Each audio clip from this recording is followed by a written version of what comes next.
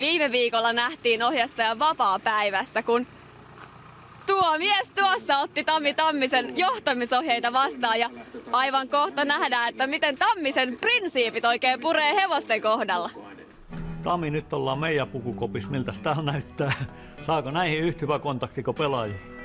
Mun täytyy ihan suoraan sanoa kuulla, että nyt Harri rima nousee. Kato oikeastaan kahdesta syystä. Ensinnäkin se on valmennettu, että niillä on 4 jalkaa. Ja mullakin on lämminverisiä, mutta ei kyllä näin kuumaverisiä. Että kyllä täytyy sanoa, että arvostus vaan entisestään nousi. Katsotaan, että ihan niin kuin pelaajien kanssa, että pelaaja haluaa tietää, että välität. Vasta sen jälkeen välittää, mitä tiedät. Tämä kanava täytyy aukaista. Sen jälkeen sä voit opettaa niille mitä tahansa, mutta tämä kontakti täytyy saada pelaamaan. Lajiko laji, sama homma. Näin se menee. Mä oon nähnyt Kuninkuun ravessa, sit kun se veli on pytyn voittanut, niin he nakataan tonne.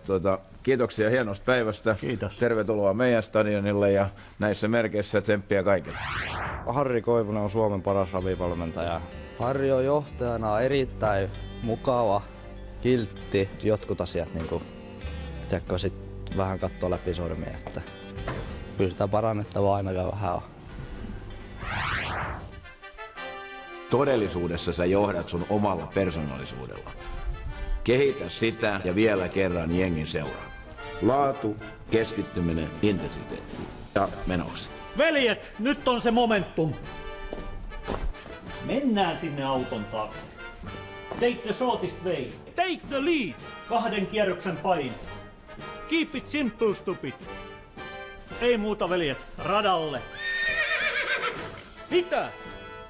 Jollei viihdy meidän tallissa, autan kyllä pakkaamisessa. Johtajuus kumpuaa syvältä. Me on pikkujätkästä saakka kasvettu tähän bisnekseen.